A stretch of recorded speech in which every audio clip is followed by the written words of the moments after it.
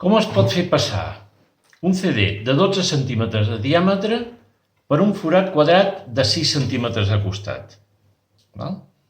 Si el quadrat és de 12, evidentment el CD hi passa. Si és de 8 i mig, també hi passa, perquè llavors la diagonal és de 12 centímetres.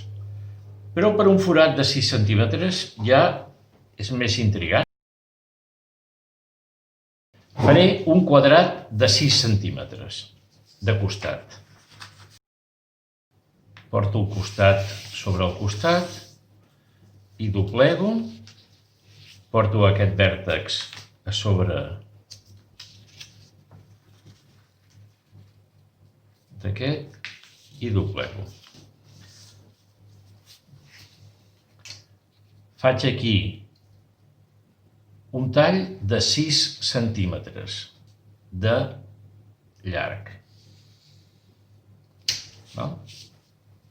6 centímetres.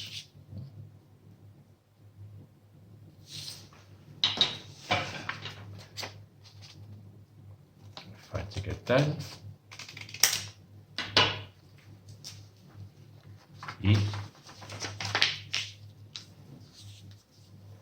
tinc un forat quadrat de 6 centímetres de costat. Bé, com hi puc fer passar un CD de 12 centímetres de diàmetre?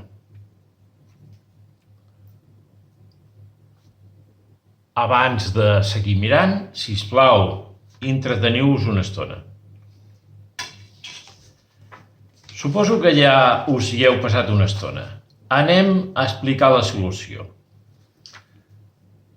Un primer doblec per una diagonal. Aprofito aquesta diagonal que ja està doblegada.